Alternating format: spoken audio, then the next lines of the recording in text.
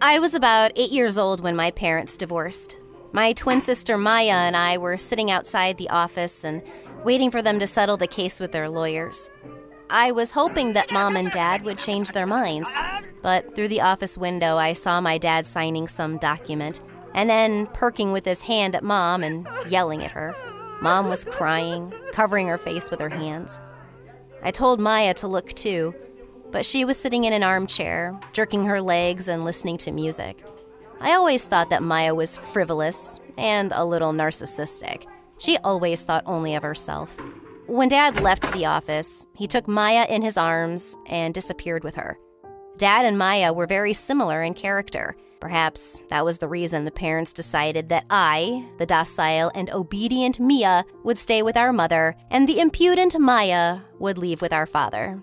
I ran after my dad to hug and stop him, but I felt someone grab me and not let go of me. It was my mom. I watched my father and sister walking away. I had already turned 16, but since that moment, I had never seen either my sister or my father. Mom said that they were living in another state and did not want to communicate with us. It was all pretty sad. After school, I would help my mother in her little flower shop. She was giving all her strength and free money in order to maintain the boutique. To be honest, it had been bringing only losses so far, and my mother and I lived very poorly. In order to somehow help my mother, I would spend all my free time there after school. I worked very hard, so I was especially offended when all my classmates went on vacation to resorts or camps for summer, and I had to help my mother. Once, while I was helping my mother to carry bags of fertilizer for flowers, one of them broke, and all of its contents fell on me. Ugh, but why? I was in a terrible mood already. I went outside to throw the leaky bag in the trash bin, and at that same moment, a car stopped in front of me, at the wheel of which was my nasty classmate. She pointed her finger at me and said that I was stinking worse than this trash bin. I wanted to throw the bag at her, but I didn't. The classmate added that now it was clear to her why I was staying here, because such a stinker would not be allowed into a camp. She hit the gas and drove away. And me, being no longer able to hold back tears, burst out crying and ran to the shop. It seemed that my mother saw all this, and she wanted to calm me down, but I was not able to talk. The next morning, when I was sitting in my room and did not want to see anyone, my mother came to me. She was holding a piece of paper in her hand. She sat down on the bed and began to praise me for being a great support for her. She said that without me, she would have given up a long time ago, and therefore she wanted to give me a gift as a token of gratitude. She handed me a piece of paper with information as to when I should come to session at the Golden Camp and what I needed to take with me. I was dancing on my bed with joy, then threw myself into my mother's arms. I heard about this camp. It was not named like that for no reason, because it was considered one of the best in our country, which meant that my mother had to borrow a lot of money. She said that I deserved this kind of rest. A couple of days passed by, and I was already standing in front of the entrance to the camp with a small suitcase. Some girl suddenly came up to me, and she looked awesome. Her hair was smooth and silky, and her clothes were clearly very expensive. The girl hugged me tightly and said that she was glad to see Chelsea. Obviously, she seemed to have confused me with someone else. I replied that I was not Chelsea, but she just shrugged it off and told me to quit playing my stupid games. The girl, whose name was Paris, by the way, examined me and said that if my servant was late with my things, she could lend me some of her own. She grabbed my hand and led me to the house. I had to admit that the house in which she lived was one of the best here, and I was stupid thinking that everyone here would have the same conditions. I still tried a couple of times to tell Paris that she was wrong, but she was just laughing. Paris said that, as usual, I could take the best bed I wanted. Okay, I thought. Maybe I could at least make a friend. I did not know why, but she was very surprised when I let her choose the bed first. She actually asked me for permission on everything. And when I said that she could do whatever she wanted, She was in complete shock. It seemed that Paris got so deeply imbued with me that she began to talk about a boy she liked, and even about the problems in her family. And I was listening and trying to help her with advice. We'd been talking for a long time until the door opened, and there was Maya. Everyone in the room dropped their jaws.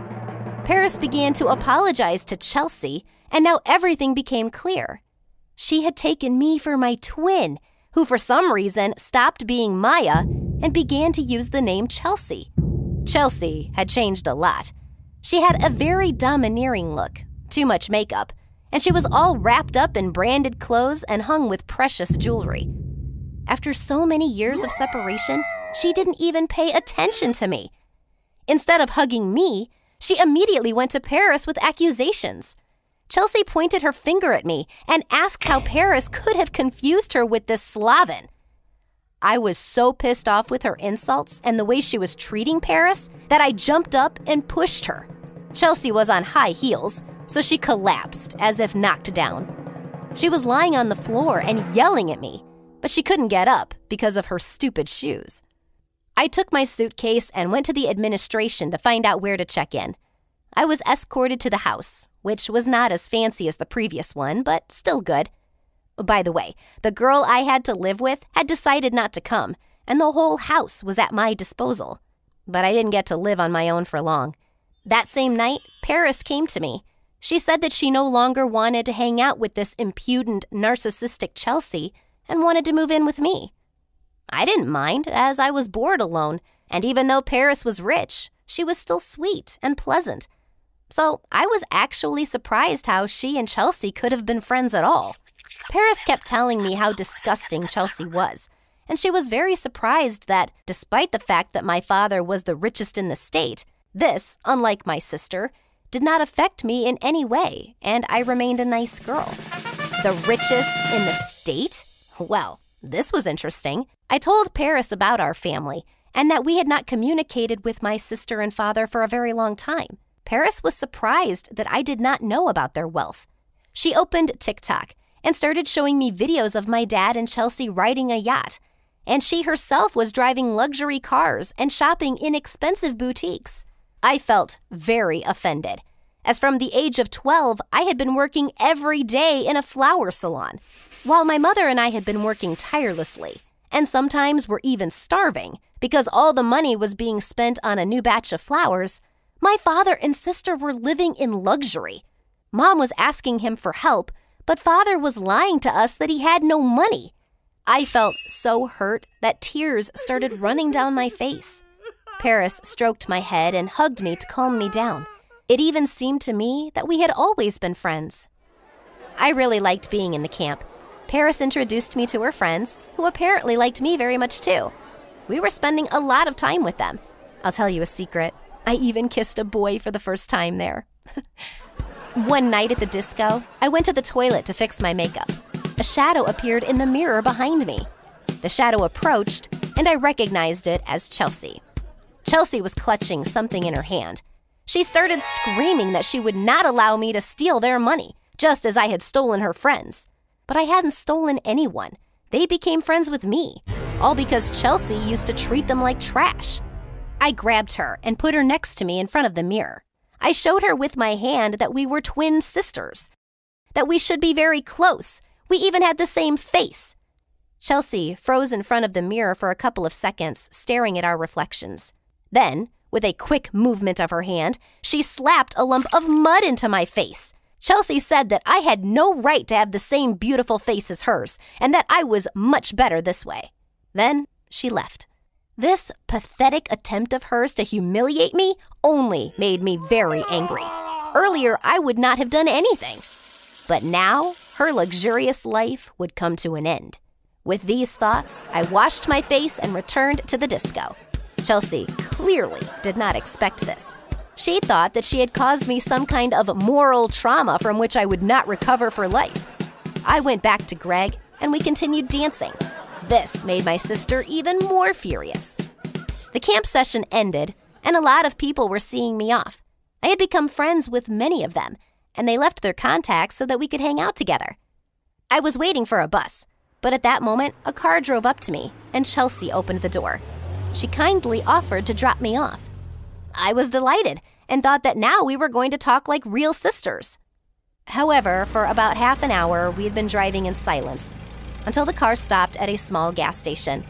I went to the toilet, and when I returned, there was neither Chelsea nor her car.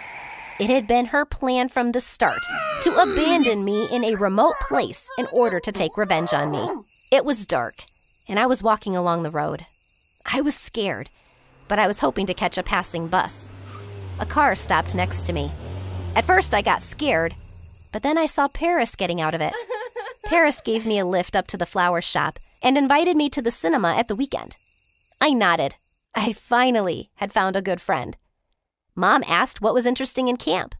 I told her everything and even showed her photos and videos of Chelsea on social networks. Mom was shocked, and she was also very angry. I'd never seen her so angry. That same evening, she called my dad and demanded that he pay child support for all these years and continue to pay until I reached the age of majority. Dad kept saying that they were broke. Mom had to go to court. The judge demanded that Dad pay alimony for 8 years, for each month 30% of his current monthly income, and also ordered him to pay that until I was 18 years old. Dad was making excuses that he did not have that amount of money. Then the judge ordered him to sell his yachts and luxury cars. It was Chelsea who was sobbing the most after that. She and her father had not communicated with us before, and now they did not want to see us at all. But we didn't care. Dad's payments were enough to deal with debts in the flower shop and to hire an employee for Mom. But I was still helping my mother, as I liked working there. We also bought a small but cozy apartment. Life has become much easier. But I still could not understand why Chelsea does not want to communicate. After all, we are not just sisters, we're twins. We're like 2 peas in a pod. Of course, this is her choice. What do you think? Did I do the right thing when I told my mother about the fact that Dad had been deceiving her? What would you do?